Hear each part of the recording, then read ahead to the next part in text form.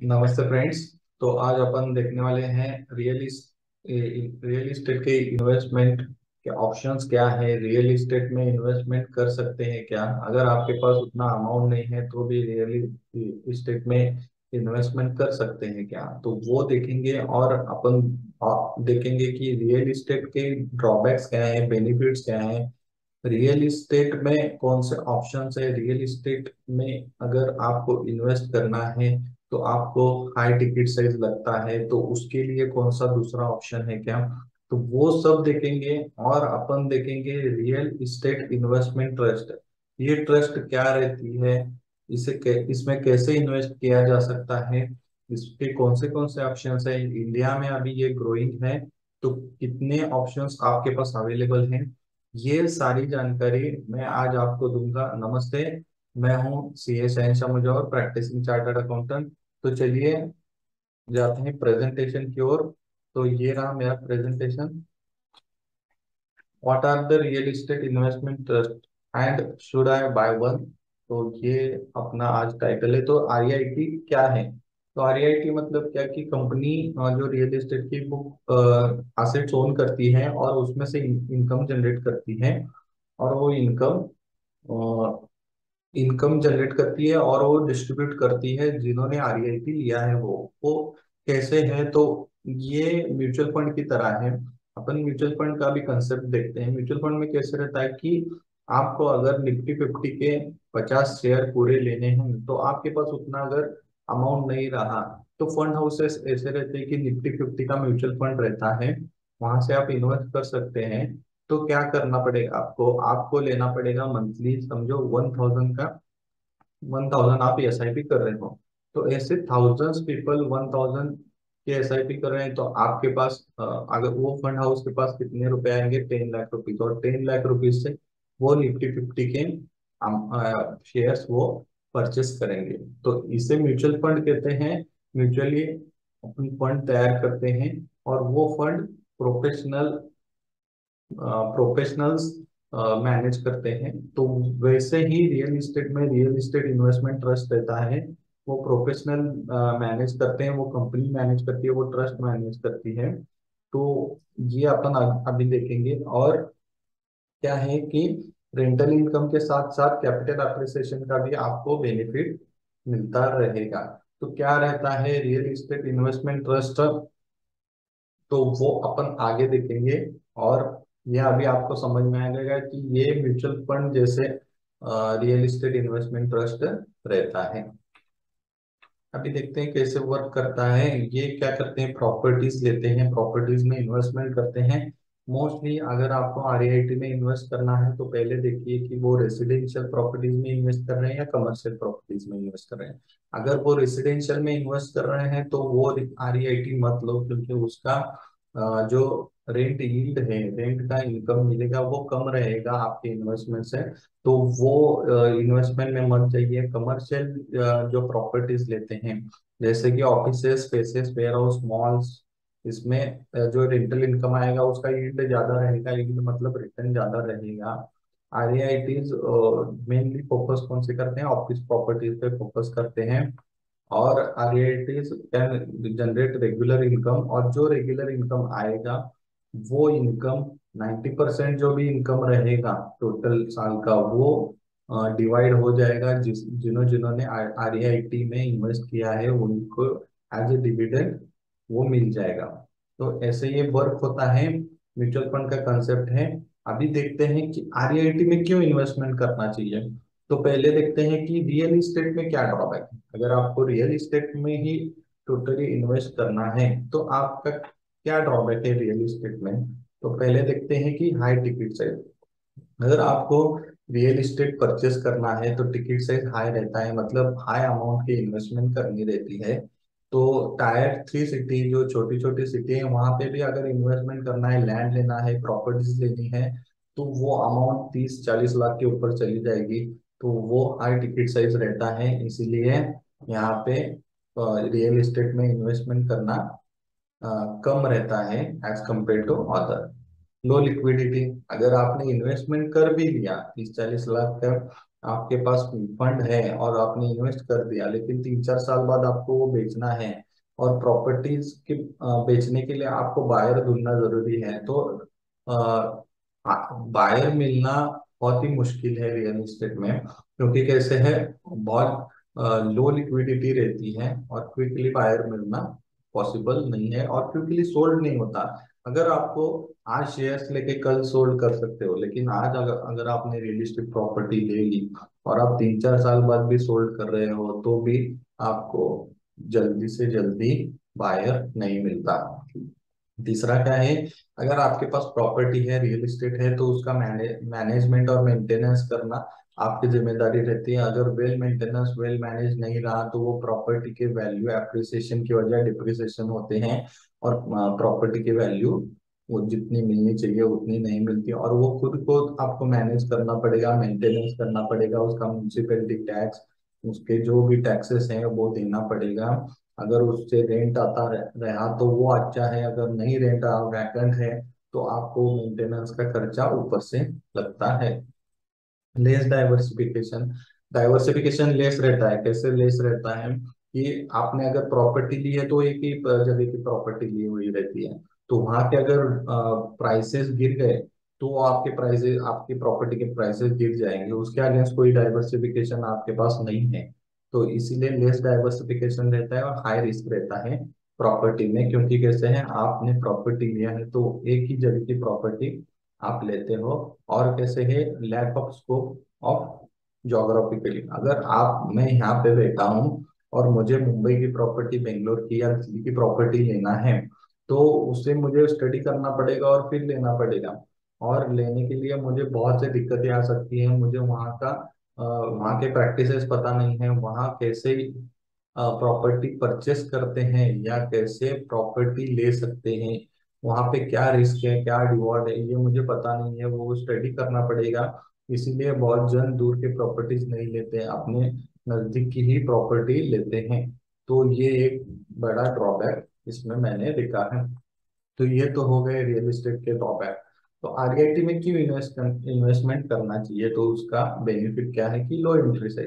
तो mutual fund की तरह आप 400 रुपए से आरईआईटी में इन्वेस्टमेंट कर सकते हो, 400 से भी कम में इन्वेस्टमेंट कर सकते हो आप। आगे देखोगे ये मैं आपको बता दूंगा। हाई लिक्विडिटी, अगर आरईआईटी आपने आज परचेज किया है और आज ही सेल करना है या कल सेल करना है, तो आप सेल कर सकते हो विद ईज ऑफ टाइम। तो अपने हिसाब से शेयर मार्केट की तरह ये रहता है, ये ट्रेडेड रहता है रिकॉग्नाइज स्टॉक एक्सचेंज पे, तो आप वो सेल कर सकते हो, डाइवर्सिफिकेशन कर सकते हो। क्योंकि कैसे है, आरईआईटी इन्वेस्टमेंट सिर्फ ऑफिसेस में नहीं करता, आईटी पार्क में करता है, वेयर हाउसेस में करता है, मॉल्स में करता है, ऑफिसेस में करता है, और बहुत जगह अलग अलग रियल इस्टेट में करता है, तो वहाँ पे डाइवर्सिफिकेशन हो जाता है। तीसरा है लेस रिस्की, क्योंकि कैसे है, 80% जो भी टोटल इन्वेस्टमेंट है वो पहले इनकम जनरेटेड एसेट से में ही इन्वेस्टमेंट होती है। मतलब क्या, जो कंप्लीट कंस्ट्रक्शन हुआ है और जहाँ से इनकम आ रही है वही पे वहाँ वही इन्वेस्टमेंट होता है। अंडर कंस्ट्रक्शन प्रॉपर्टीज में आपके पैसे इन्वेस्ट नहीं होते, 80% पैसे आपके इन्वेस्टमेंट नहीं होते, तो आपके लिए ये लेस रिस्की है।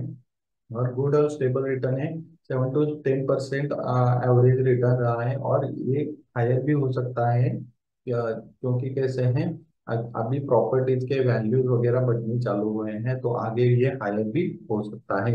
इन्फ्लेशन हेज, तो ये एक इम्पोर्टेंट पॉइंट है कि आपको अगर इन्फ्लेशन से हेज करना है तो रियल एस्टेट में इन्वेस्टमेंट करना पड़ेगा। क्यों? क्योंकि कैसे हैं, अगर इन्फ्लेशन बढ़ जाएगा तो प्रॉपर्टी के दाम बढ़ते हैं, रेंट बढ़ता है, तो रेंट बढ़ेगा तो आपको इन्फ्लेशन में हेज हो जाएगा, क्योंकि कैसे आपका इनकम भी बढ़ जाएगा। तो ये राइज ऑफ इन्फ्लेशन में ये बहुत ही अच्छा एक ऑप्शन है जिसमें आप इन्वेस्टमेंट कर सकते हो। तीसरा क्या है कि ये आरईआईटी है, प्रोफेशनली मैनेज रहता है, और ये ट्रस्ट एसोसिएशन कॉरपोरेशन है, और ये ट्रस्ट है वो प्रोफेशनली मैनेज रहते हैं, इसीलिए कहाँ पे इन्वेस्टमेंट करना है, कौन सी प्रॉपर्टीज लेनी है, ये आरईआईटी में प्रोफेशनली जो लोग रहते हैं वो डिसाइड करते हैं। इसीलिए आप आपको देखने की हमको देखने की इसमें जरूरत नहीं रहती। तो ये बेनिफिट ऑफ आरईआईटी है। अभी एलिजिबिलिटी क्या है आरईआईटी का? आरईआईटी बनाना है, आरईआईटी तैयार करना है, तो एलिजिबिलिटी क्या है? पहले तो ये है कि ये ट्रस्ट है, और ये रजिस्ट्रेशन, ट्रस्ट रजिस्ट्रेशन एक्ट में रजिस्टर होनी चाहिए। आप आरईआईटी के लिए कंपनी एलएलपी नहीं बना सकते, आपको ट्रस्ट ही बनाना पड़ेगा, और ट्रस्ट ही बनना पड़ता है। दूसरा है ये रजिस्टर सेबी में रहता है, और स्टॉक एक्सचेंज में ये ट्रेड होता है शेयर्स की तरह। तीसरा क्या है कि इसकी मिनिमम जो एसेट साइज है वो 500 करोड़ है। तो कॉरपोरेशन की एसेट साइज कितनी होनी चाहिए? 500 करोड़ मिनिमम। तो ये अच्छा है, बेनिफिशियल है। अपन इसमें इन्वेस्टमेंट भी किया तो भी कैसे है, 500 करोड़ इन्वेस्टमेंट रहता है, तो वो अपने लिए अच्छा रहता है। ये जल्दी से जल्दी बैंकरप्सी वगैरह नहीं हो सकती। 90% जो भी उनका इनकम आएगा, कैश फ्लो आएगा, वो यूनिट होल्डर्स जो आरईआईटी के होल्डर हैं उसमें इंटरेस्ट और डिविडेंड करके डिस्ट्रीब्यूट होता है। और क्या है, 80% of total investment generating asset, income generating asset में ही इन्वेस्टमेंट होता है। तो ये बहुत ही अच्छा बेनिफिट है। और 20% अंडर कंस्ट्रक्शन में इन्वेस्टमेंट हो सकता है। ये 20% का अभी भी से भी कम कर सकती है, ये 10% तक लाया हुआ है ऐसे मुझे लगता है। मैं देख के आपको ये बता दूंगा। और क्या है टाइप ऑफ आरईआईटीज क्या है? तो पहले तो देखते हैं इक्विटी आरईआईटी। इसमें क्या रहता है कि अ, जो भी प्रॉपर्टीज है वो खुद की आरईआईटी की रहती है, और उसमें से जो इनकम जनरेट होता है वो डिस्ट्रीब्यूट यूनिट होल्डर के साथ होता है। दूसरा कौन सा है? Mortgage REIT. यह आरईआईटी में क्या रहता है कि जो भी अपने से पैसे आएंगे आरईआईटी को, वो आरईआईटी मॉर्गेज देती है रियल एस्टेट कंपनी को, और वहां से जो भी इंटरेस्ट इनकम आएगा वो यूनिट होल्डर में डिवाइड हो जाएगा। तो ये ध्यान में रखिए, इक्विटी में क्या रहता है, खुद के एसेट रहते हैं, इसीलिए जो भी रेंट इनकम, अदर इनकम जो भी आएगा वो यूनिट होल्डर में डिवाइड होता है। मॉर्गेज में कैसे रहता है, जो भी पैसे हैं वो अपन लोन देते हैं रियल एस्टेट कंपनी को, और रियल एस्टेट कंपनी उस पर अपने इंटरेस्ट देती है, और वो जो इंटरेस्ट इनकम आपको आएगा, आरईआईटी को आएगा, वो यूनिट होल्डर में डिवाइड हो जाएगा। और तीसरा है हाइब्रिड। तो हाइब्रिड में क्या होता है? हाइब्रिड में ये दोनों का मिक्सचर रहता है, कुछ एसेट ओन रहते हैं, कुछ मॉर्गेज किए हुए रहते हैं, और दोनों में से जो इनकम आएगा वो टोटल इनकम का 90% इनकम यूनिट होल्डर में डिवाइड हो जाता है। तो टाइप आपने देखा अभी। Who should invest in REIT? REIT में इन्वेस्टमेंट कैसे करना है? जिसको इन्फ्लेशन का हेज करना है और डाइवर्सिफिकेशन करना है, उसको आरईआईटी में इन्वेस्टमेंट करना है। आरईआईटी को अगर स्टॉक और बॉन्ड में आपका अच्छे से इन्वेस्टमेंट हुआ है तो डाइवर्सिफिकेशन के लिए आप आरईआईटी में इन्वेस्ट कर सकते हो। और सेबी के रेगुलेशन के अनुसार 2021 तक 50,000 का मिनिमम इन्वेस्टमेंट यहाँ पे लग जाता था, लेकिन अभी 2021 के बाद उन्होंने कम किया है। और अभी मैंने देखा कि 400 रुपये, मतलब एक यूनिट अगर आरईआईटी का आपको लेना है तो 400 से कम रुपए लगते हैं, और आप आरईआईटी परचेस कर सकते हो। तो देखते हैं क्या रिमेम्बर रखना है इन्वेस्टमेंट करते समय। Occupancy occupancy ratio. तो ऑक्यूपेंसी रेशियो में क्या रहता है? अगर आपने देखा कि समझो आरईआईटी के पास 100 ऑफिसेस हैं, 100 ऑफिसेस खुद के ओन है, उसमें से 80 ऑफिसेस ऑक्यूपाइड है और 20 ऑफिसेस वैकेंट है, तो उनका ऑक्यूपेंसी रेशियो 80% है, विच इज गुड। लेकिन कैसे है, कुछ आरईआईटी में अगर रहेगा कि सिर्फ 30% ऑक्यूपेंसी रेशियो है, तो उनके 70% वैकेंट है, तो 70% से उनका इनकम नहीं आ रहा, तो वो ऑक्यूपेंसी रेशियो आपको देखना पड़ेगा, और उस पर डिसाइड करना पड़ेगा कि आपको उसमें इन्वेस्टमेंट करना है क्या नहीं। और दूसरा है पोर्टफोलियो। तो उन्होंने 100 ऑफिसेस ही लिए हैं, और दूसरा कोई रियल एस्टेट उनका नहीं है, रियल एस्टेट ओन किया हुआ नहीं, तो वो डेंजरस है। आरईआईटी में कैसा है कि वो REIT offices, IT parks, malls, ऐसे अलग अलग इन्वेस्टमेंट करना चाहिए, फिर वो अच्छा रहता है। जोग्राफिकल डिस्ट्रीब्यूशन रहना चाहिए, एक ही सिटी में या एक ही एरिया में फोकस नहीं होना चाहिए, उनका सिटी वाइज डिस्ट्रीब्यूशन अलग अलग रहना चाहिए। क्योंकि कैसे है, अगर एक सिटी में कुछ हो गया, कैलेमिटीज हो गई, तो वो आरईआईटी को बहुत दिक्कतें आ सकती है। तो इसीलिए जोग्राफिकल डिस्ट्रीब्यूशन रहता है, सेक्टरल डिस्ट्रीब्यूशन भी डाइवर्सिफिकेशन रहना पड़ेगा, क्योंकि कैसे है, सिर्फ अगर उन्होंने एफएमसीजी को दिया है और एफएमसीजी में कुछ दिक्कतें आ गई तो वहां पे इनकम जनरेशन कम होगा। इसीलिए FMCG, auto sector, health care, banking, pharma, इसमें ये अलग अलग सेक्टर में सेक्टर की कंपनी को वो आईआईटी ऑफिसेस प्रोवाइड किया हुआ बेटर है। और जो भी रिन्यूअल रहेगा तो वो रिन्यूअल 5 साल के बाद या 10 साल के बाद आरआईटी का रहता है, लाइसेंस लीज रिन्यूअल करना पड़ता है। तो वो अगर रिन्यूअल रेट अच्छा है तो वो ठीक है, क्योंकि कैसे अगर रिन्यूअल नहीं हो रहा तो समझ रहे हो क्या कि प्रॉपर्टी वैकेंट हो रही है, लेकिन रिन्यूअल हो रहा है अच्छे से, तो वो देखना पड़ेगा कि रिन्यूअल हो रहा है या नहीं 5 साल के बाद, 10 साल के बाद, और जो भी उनका कॉन्ट्रैक्ट ईयर्स है वो साल के बाद रिन्यूअल अच्छे से हो रहा है या नहीं। उसके लिए आप ऑक्यूपेंसी रेशियो भी देख सकते हो। अभी आरआईटीज इन इंडिया, इंडिया में कितने आरआईटीज हैं? तो अभी आज का अगर डेटा देखा तो इंडिया में 3 आरआईटी है, एम्बेसी ऑफिसेस, माइंडस्पेस और ब्रुकफील्ड। तो ये देखते हैं लिस्टिंग कब हुआ है। तो लिस्टिंग कब हुआ है? 1 अप्रैल 2019 को एम्बेसी ऑफिसेस का फर्स्ट आईआईटी आईपीओ में लिस्टिंग हुआ था। दूसरा 12 अगस्त 2020 और तीसरा 17 फरवरी 2021। तो इनका ऑक्यूपेंसी रेशियो अगर देखोगे तो 87%, 84.6%, 86%। और उनका अगर ये देखा आपने 52 वीक हाई लो देखा, तो 52 वीक हाई कितना है? 406। लो कितना है? 327, 378, 288, 345, 220। तो यहाँ पे देखो अगर 52 वीक हाई है और आपको लेना है तो 400 रुपये में आपको रियल इस्टेट इन्वेस्टमेंट ट्रस्ट मिल जाएगी। एक यूनिट की प्राइस रहती है 406, 378 और 345। तो ये देखिए, मैंने बोला था आपको 400 रुपये में रियल एस्टेट आप परचेस कर सकते हो। तो ये अपॉर्चुनिटी है, ये आप परचेस कीजिए और उसमें इन्वेस्ट कर सकते हो रियल एस्टेट में। अगर आपने रियल एस्टेट इन्वेस्टमेंट आपकी कोई नहीं है तो ये अच्छा आपके लिए ऑप्शन है। इन्वेस्टमेंट अमाउंट क्या है कि मैंने बताया अभी 400 रुपये से लेस अमाउंट है, 1 यूनिट में ले सकते हैं। और current market price of REIT अगर आपने देखा तो ये 300 और 400 के बीच में है, विच इज गुड। आप ले सकते हो, आप मंथली एसआईपी भी कर सकते हो। आप 1000 रुपीज लेके या 3000 रुपीज लेके 1,000 तीनों में अगर इन्वेस्टमेंट किया तो अच्छा डाइवर्सिफिकेशन हो जाएगा और आपको आरईआईटी मिल जाएंगे। पीरियड ऑफ होल्डिंग कितना है?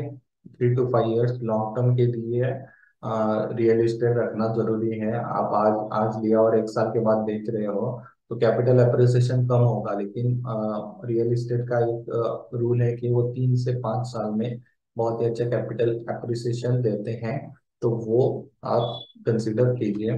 दूसरा है expected return, 8 to 14% expected return रहता है। तीसरा क्या है कि आप ये कंक्लूजन अभी देखिए, कंक्लूजन में क्या बताया है कि अगर आपके पास टाइम या एबिलिटी और इंटरेस्ट नहीं है रियल एस्टेट में इन्वेस्टमेंट करने के लिए तो आरईआईटी एक अच्छा ऑप्शन है। लेकिन आरईआईटी में इन्वेस्टमेंट करते समय जो मैंने बताया है, occupancy ratio, portfolio diversification, sector diversification, वो आपको देखना पड़ेगा और आपको केयरफुल रिसर्च करना पड़ेगा। फिर आपके लिए आरईआईटी अच्छे से अच्छे से एक ऑप्शन रहेगा। आईआईटी के जो भी 3 मैंने आपको ये बताए, जो एम्बेसी, माइंडस्पेस और ब्रुकफील्ड, इसका मैं फंडामेंटल और टेक्निकल एनालिसिस का एक वीडियो बना दूंगा। तो वो वीडियो अक्टूबर के फर्स्ट वीक में आ जाएगा। तो तब मैं आपको बता दूंगा कि कौन से आरआईटी अच्छी है और कौन से आरआईटी में आप इन्वेस्टमेंट कर सकते हो। और आपको अगर ज्यादा दिमाग लगाना नहीं है तो आप क्या कीजिए, तीनों आरईआईटी में सेम अमाउंट इन्वेस्टमेंट कीजिए, तो आपका रिटर्न एवरेज आ जाएगा। लेकिन आपको अगर बेस्ट ऑफ द बेस्ट देखना है तो वो वीडियो आप सितंबर के फर्स्ट वीक में जब आएगा तब देखिए।